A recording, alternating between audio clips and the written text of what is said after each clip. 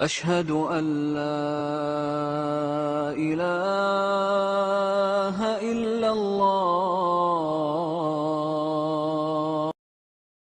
Bismillah ar-Rahman ar-Rahim. Comment peut-on mourir sans la vérité? Aujourd'hui, notre frère suisse converti à l'islam, il va nous parler, Inch'Allah, d'une autre miracle scientifique dans le Coran. Au nom de Dieu, le tout clément, le tout miséricordieux. Caractéristique des mers profondes. Allah exalté soit-il dit, les actions des mécréants sont encore semblables à des ténèbres sur une mer profonde. Des vagues la recouvrent, vagues au-dessus desquelles s'élèvent d'autres vagues, sur lesquelles il y a d'épais nuages. Ténèbres entassées les unes au-dessus des autres. Quand quelqu'un étend la main, il ne la distingue presque pas. Celui qu'Allah prive de lumière n'a aucune lumière. Sourate la lumière, verset 40. An-Nur. La vérité scientifique. Encyclopédie. L'encyclopédie britannique dit, comme l'on peut le constater à partir des images satellitaires, le plus souvent les mers et les océans profonds sont couverts de nuages opaques peu translucides. Ces nuages reflètent une grande partie de la lumière du soleil dont ils ne laissent passer qu'une petite partie.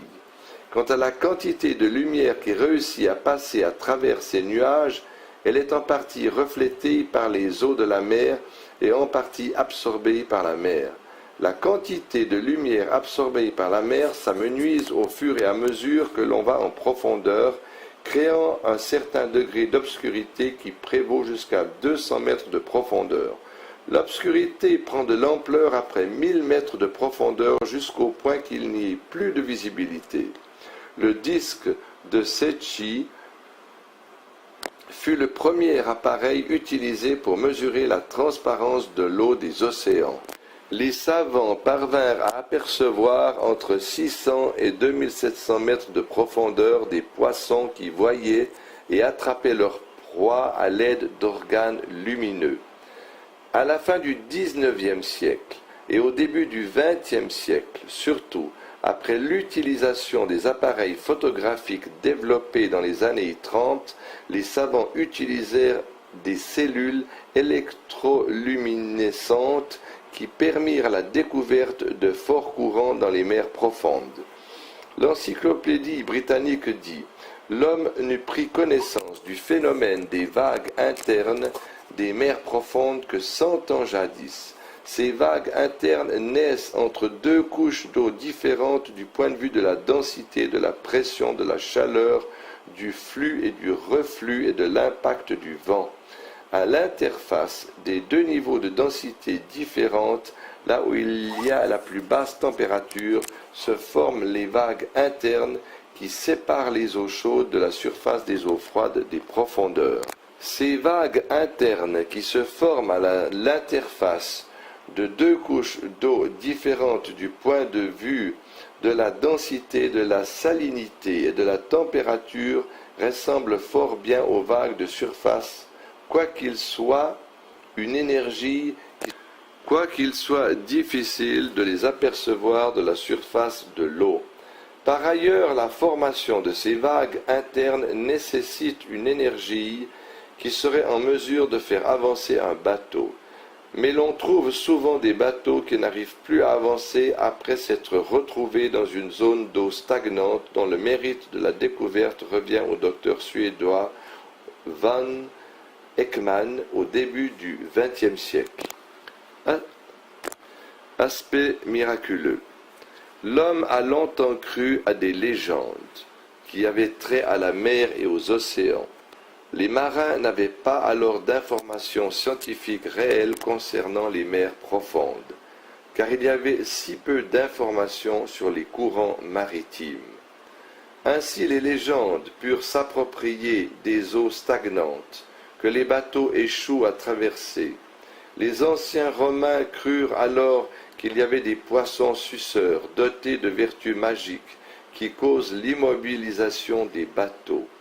Bien que ces anciens savaient l'impact du vent sur les vagues de la surface et les courants, il leur était très difficile de savoir quoi que ce soit sur les vagues internes des mers profondes. L'histoire de la science démontre que les études océanographiques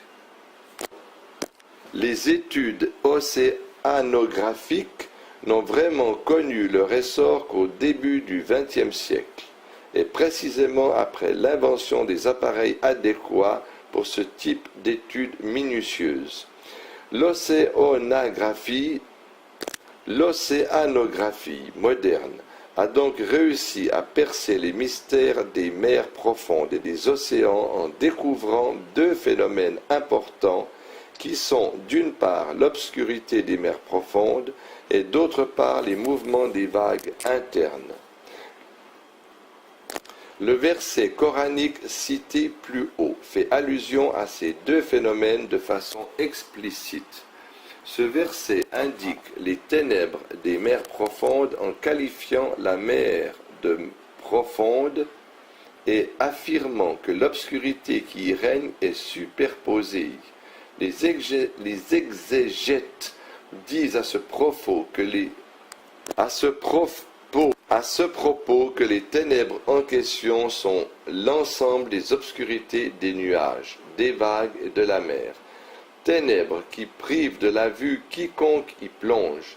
Les nuages condensés qui sont au-dessus de ces mers reflètent une partie de la lumière du soleil, tout comme les vagues de surface reflètent une autre partie de la lumière du soleil. Après quoi, les eaux absorbent les couleurs du spectre qui proviennent du soleil, couleur après couleur, jusqu'à ce que ces couleurs s'effacent complètement. Puis vient le rôle des vagues internes qui plongent les mers profondes dans une obscurité si noire que même l'on ne pourrait y voir sa propre main. L'expression coranique « ténèbres entassées les unes au-dessus des autres » décrit minutieusement la réalité des mers profondes. D'autre part, il faut noter que les poissons de ces mers profondes ne sont pas dotés d'yeux, mais plutôt d'organes lumineux dont Allah les a dotés pour éclairer leur route, raison pour laquelle Allah exalté dit dans ce verset mentionné plus haut, « Celui qu'Allah prive de lumière n'a aucune lumière ». Ce même verset fait allusion aux vagues internes en ces termes. Sur une mer profonde, des vagues la recouvrent, vagues au-dessus desquelles s'élèvent d'autres vagues. Ce qui veut dire que la vague interne est au-dessus de la mer profonde. Les océanographes corroborent. Les océanographes corroborent cela en affirmant que la mer profonde est différente de la mer de surface en ce sens que des vagues autres que les vagues de surface se forment à l'interface des deux mers. Ce que l'on ignorait 100 ans auparavant, le Coran a mentionné ces réalités scientifiques étonnantes 14 siècles jadis. Qui a pu communiquer ces informations à Mohammed? Il va de soi que seul Allah, exalté soit-il, a pu le faire.